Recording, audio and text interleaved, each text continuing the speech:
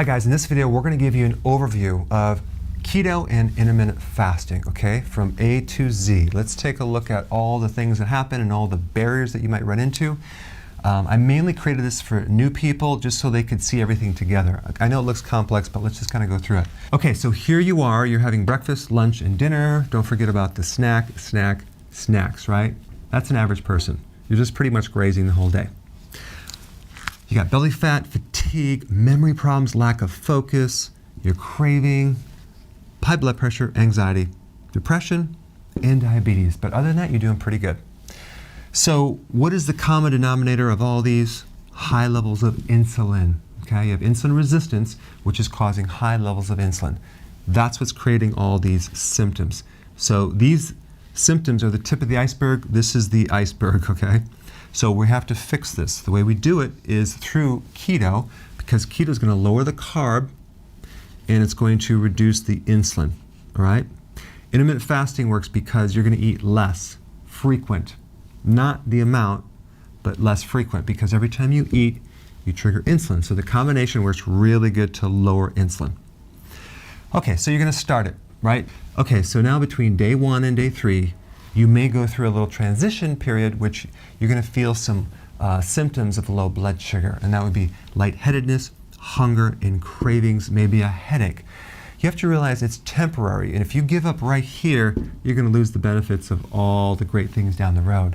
So just realize it's going to happen and just hang in there, but you can actually increase potassium and B vitamins to make it even smoother. I recommend electrolyte powder and nutritional yeast tablets. Okay, so for this we're going to do 3 meals only, no snacks, because we're transitioning from sugar to fat. So when you make the transition, you're going to make new cellular machines that run on fat and not sugar anymore, okay? That's keto adaptation. Now, the way to do that is you're going to go from one meal to the next. You're going to have to add some fat to satisfy you so you're not hungry. So the fat is the thing that you need to adjust so you have just the right amount. So it's not too much where you're feeling bloated and right shoulder pain and a headache. And you have just enough to go from this meal to this meal when you're satisfied. Okay, so you're going to play around with that and adjust that. I'm talking like brie cheese, nuts, pecans are good, walnuts are good, eggs are good, avocado is good. Any of those fats are really healthy. And if you were to do a hamburger, for example, which has twice as much fat as protein versus a steak, which has twice as much protein versus fat, you'd be better off with the hamburger because the fat helps you go from one meal to the next, all right? So make sure you have enough greens, whether it's salad or vegetables, because we want to start increasing potassium. Very important. You need 4,700 milligrams of potassium. That's between 7 and 10 cups of salad. That's a nutrient-dense food to allow the hunger to go away because your body's finally going to be satisfied of nutrients, okay? So you're not eating these empty calories. But primarily you're going to get a lot of potassium to really help reverse this insulin resistance problem. Now you may experience constipation, for example, in which you might need to even add more potassium, or it could be the vegetables that you're consuming you're not used to, like kale, for example. If you're having too much kale, that can bind you up. If that's the case, switch the vegetable. But let's say you have keto fatigue and you're tired. That usually means low salt, so add some more sea salt. And by the way, when you're doing a ketogenic diet, you need about 1 teaspoon of sea salt every single day, compared to over here, you need about 1/4 of a teaspoon. Okay, so we need more sea salt, not table salt, to actually prevent fatigue and help your body with the electrolyte sodium and chloride. All right, so we're going to do this for a while. We're going to get used to it. Now we're going to slowly graduate to 2 meals per day. The way we're going to do that is we're going to take our breakfast and we're going to start to push it forward. In other words, when you wake up in the morning, ask yourself, am I hungry? No. Good, go longer. Keep going longer and longer and longer. Because if you do this right, you wake up at night, you've been fasting all night, and now you're not hungry in the morning, push it further and further and further until you're at the lunch where you have no more breakfast and you're at 2 meals per day. So that's how we want to graduate slowly, all right? So don't eat if you're not hungry. Now, at this point, a lot of people mention, oh my gosh, I was losing weight on this and I stopped losing weight. You know, what's happening? Well, you don't want to go by your weight. Why? because a lot of people that do this, when you measure them, they are loaded with fat and they have low muscle density. They don't have a lot of muscles anymore. They basically have atrophy. And they think it's just all fat, but it's atrophy. So you're going to start growing more muscle, and all this protein is now retaining in the body. It's a little heavier, and that's why you're stop losing weight, because muscle weighs more than fat, okay? The best indicator for success is your waist circumference, okay? So measure your waist, and that should be shrinking if you're doing this correctly, all right? Now, sometimes you might experience high levels of something called uric acid. You might start noticing a gout symptom. It might not happen, but if it does, that is normal in this transition phase.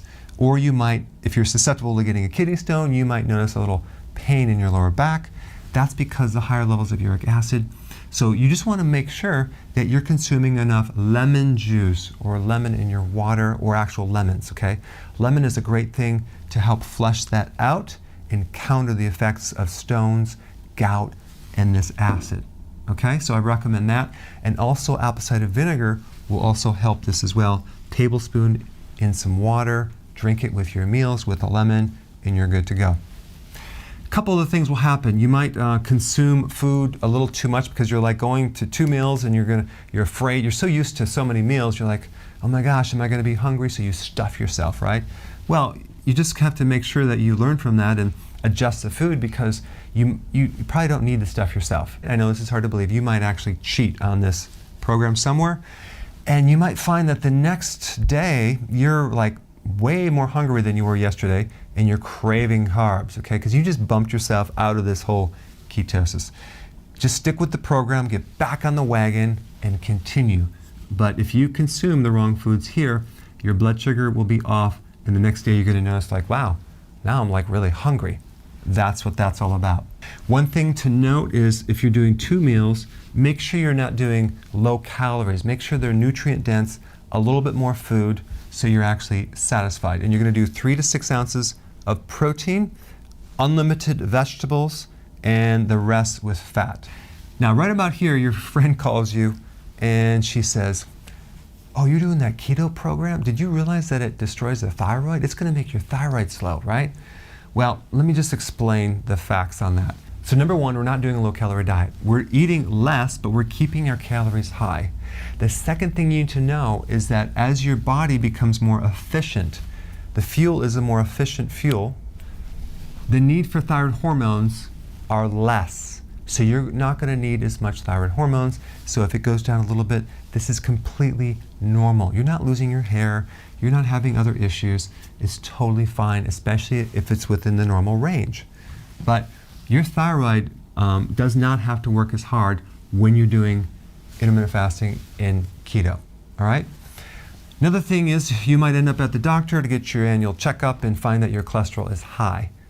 Before you freak out and start going on a statin drug, realize fat is composed of triglycerides and cholesterol. So guess what? When you release the fat, your cholesterol has to come out. It has to go through the blood. It may increase temporarily, but the problem is most of the cholesterol in your body is made by your own body. Only 10% comes from the diet. So if you eat more, it makes less. If you eat less, it makes more. Our body basically makes about 3,000 milligrams of cholesterol every single day. So it needs it for hormones, it needs it for the vision, for the brain, for the nervous system, and to act as a band-aid to help heal any type of lesions on the arteries.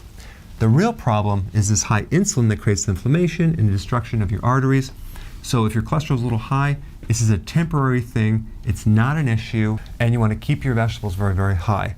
I recommend that you watch some of my videos on LDL. I put some links down below. Okay, so from here to here, we're between 18 to 23 hours of intermittent fasting, okay?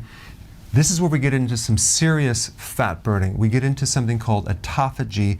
Autophagy is a condition where your cells are recycling old and damaged parts. It's cleaning up bacteria, fungus, candida, and mold. So it's like a self-cleaning action. And your skin's going to start looking better. It's going to be neuroprotective of your brain. You're going to actually have better memory, better mood, better cardiovascular function, and you're going to save a lot of money because you're no longer consuming 3 meals a day or 6 meals a day, you're doing 2 or even 1 meal a day. So you'll save between $300 to $600 a month. So you're welcome. So now you can see the big idea and the huge benefits that can occur. These things may not even happen to you, but I want you just to realize if they do, there's a solution. You've got to keep pushing through it until you get over here. All right? Thanks for watching. So if you're enjoying this content, go ahead and share it with someone that could really benefit from it.